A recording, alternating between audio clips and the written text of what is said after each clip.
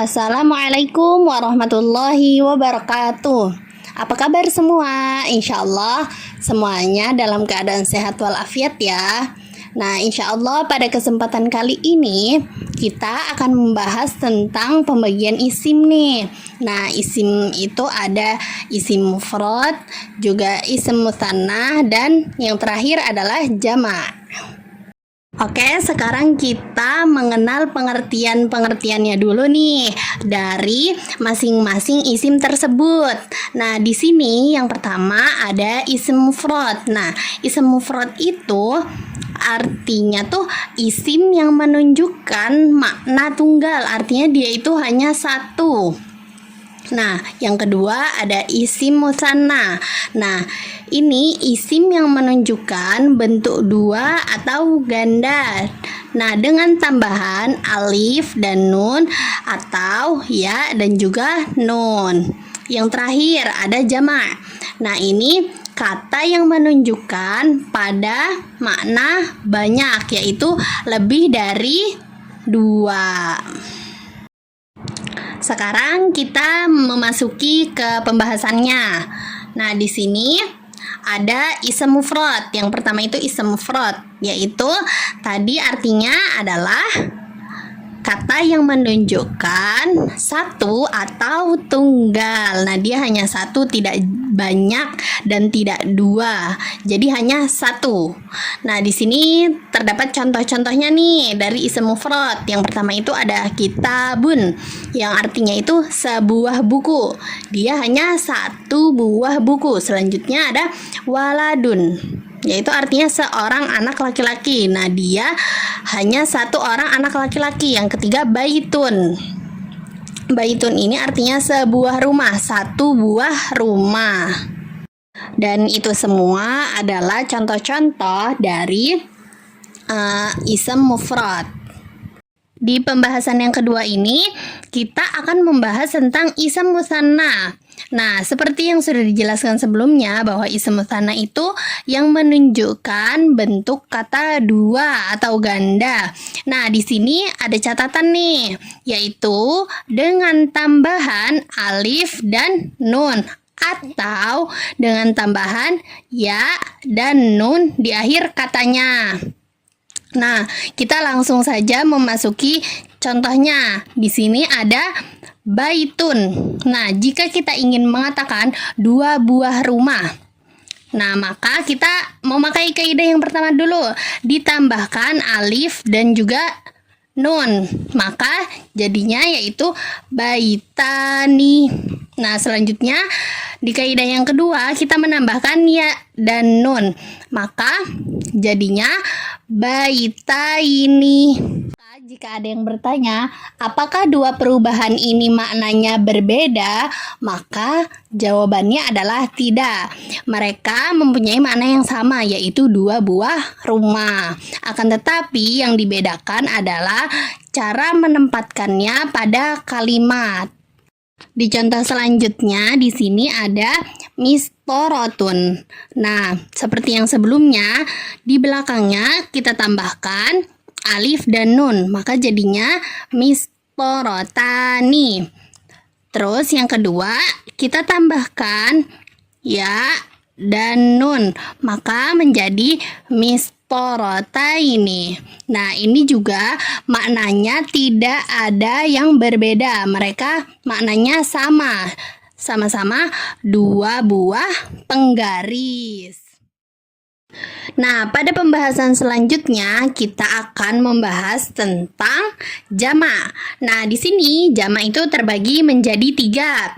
Yang pertama itu ada jamak mudzakkar salim. Yang kedua ada jamak muannats salim. Yang terakhir yaitu jamak taksir. Kita masuk ke pembagian jamak yang pertama. Di sini ada jamak mudzakkar salim.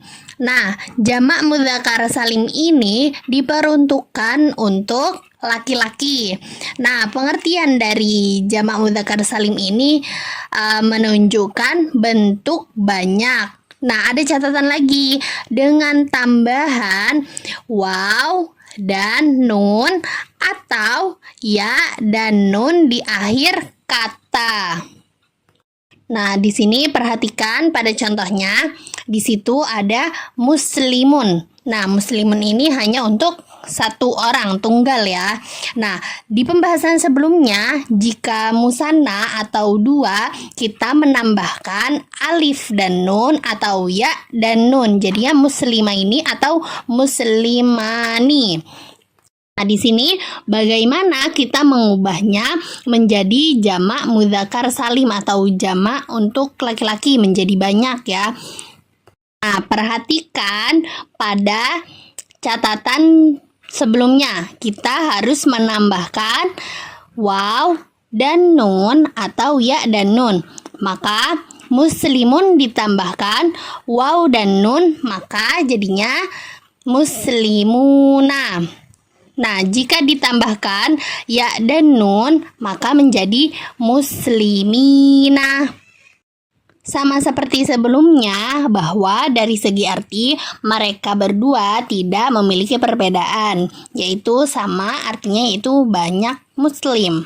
Nah, di sini di contoh yang kedua bisa diperhatikan di situ sama ya, tolibun kita tambahkan waw dan nun atau ya dan nun, maka jadinya tolibuna atau tolibina. Dari segi arti juga tidak ada perbedaan, mereka sama. Oke, kita masuk ke pembagian jamak yang kedua, yaitu jamak muannas salim. Nah, kalau tadi jamak mudzakkar salim yaitu untuk laki-laki, nah di sini jamak muannas salim yaitu untuk perempuan. Nah, secara sederhana, jamak muannas salim ini adalah apa-apa yang menunjukkan dalam bentuk banyak. Nah, dengan catatan lagi nih, dengan tambahan alif dan ta di akhir kata. Kalau di muzakkar salim menambahkannya dengan waw dan nun atau ya dan nun. Nah, di muannas salim ini kita hanya menambahkan alif dan juga ta. Langsung saja kita lihat ada contoh di sini. Nah, di sini ada contoh.